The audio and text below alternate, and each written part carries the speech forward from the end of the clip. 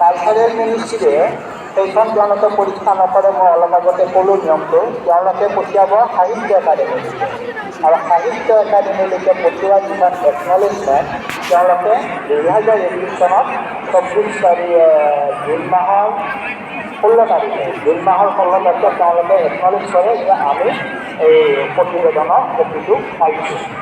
এতিয়া প্ৰতিবেদনৰ কপিটো পালেতো নহ'ব, তাৰ ওপৰত আলোচনা হ'ব লাগিব লিংগুইষ্টিক এক্সপাৰ্ট কমিটি। তো সেইকাৰণে কি কৰিলে যে 2022 মাৰ্চত অসম সাহিত্য সভাৰ এটি সজাতি দলে মুখ্যমন্ত্ৰী ডাঙৰীয়াক লগ ধৰি তেওঁক এই কথাখিনিৰ বিষয়ে অৱগত কৰে, আৰু অসমৰ মুখ্যমন্ত্ৰীগৰাকীয়ে এই গোটেই বিষয়বস্তুটোৰ গভীৰতাৰ হৃদয়ঙ্গম কৰি তেওঁ এখন চিঠি গৃহ মন্ত্ৰালয়লৈ লিখিছে, অৰ্থাৎ গৃহমন্ত্ৰী লিখিছে। আৰু তাত গৃহমন্ত্ৰীক তেওঁ স্পষ্টকৈ লিখিছে যে এই প্ৰতিবেদনখন এক্সপাৰ্ট কমিটিৰ দ্বাৰা পুংখানুপুংখ অধ্যয়ন কৰি লিখা হৈছে। গতিকে গৃহ মন্ত্ৰালয়ে তাত যাৱতীয় নিৰ্দেশনা দি ইয়াৰ ভিত্তিতে অসমীয়া ভাষাত ক্লাছিকেল লেংগুৱেজৰ স্বীকৃতি দিব লাগে বা মৰ্যাদা দিব লাগে। তাৰপিছত 1923 চনত জুন মাহত এই লিংগুইষ্টিক এক্সপাৰ্ট কমিটিৰ মিটিংখন বহে, আৰু সেই মিটিঙত তেওঁলোকে সাহিত্য সভাক জনাইছিল যে আপোনালোকৰ প্ৰতিবেদনৰ ওপৰত ভিত্তি কৰি আমাৰ ডিছকাশ্যন হয়, আৰু ফাৰ্ডাৰ ডিছকাশ্যনৰ কাৰণে আপোনালোকে ইলেক্ট্ৰনিক ফৰ্মেটত এটা কপি পঠিয়াব। আৰু এইখিনি কথা যোৱাৰ পিছত সাধাৰণতে কথাবোৰ ইমান ফাষ্ট নহয় যে আজি এইটো মাহত হ'ল, ছেকেণ্ড মাহতে দিলে ৰিজাল্ট হ'ব, তেনেকুৱা ইমান সহজ নহয়, অলপ সময়। গতিকে 2021 চনত যদিওবা মিটিংখন হৈছিল, কিন্তু 2024 চনলৈকে তাৰ কোনো ফলাফল ওলোৱা নাছিল।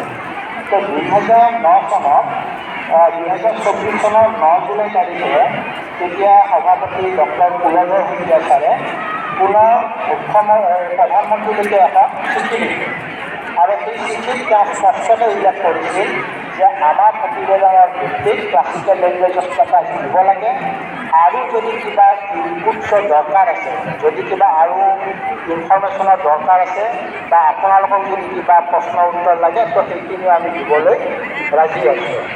তো এইখন 9 জুলাই দিয়া তেওঁ চিঠি, 12 জুলাইত তেওঁ PMO অফিচে এইখন ৰিচিভ কৰে, আৰু তাৰপিছতে সময় বাগৰে।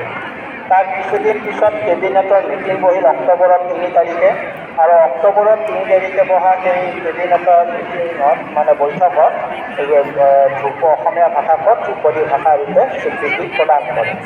এইখিনি হ'ল আমাৰ গোটেই অসম সাহিত্য সভাই কেনেকৈ আগবাঢ়িছিলে, আৰু কেনেকৈ ক'ৰ পৰা ক'লৈকে প্ৰতিবেদন কৰিছিলে, বা কোন প্ৰতিবেদনত পৰীক্ষা কৰিছিলে, এই গোটেই প্ৰক্ৰিয়াটো তেনেকৈ আৰম্ভণি হৈ 2003 সামৰণি পৰে।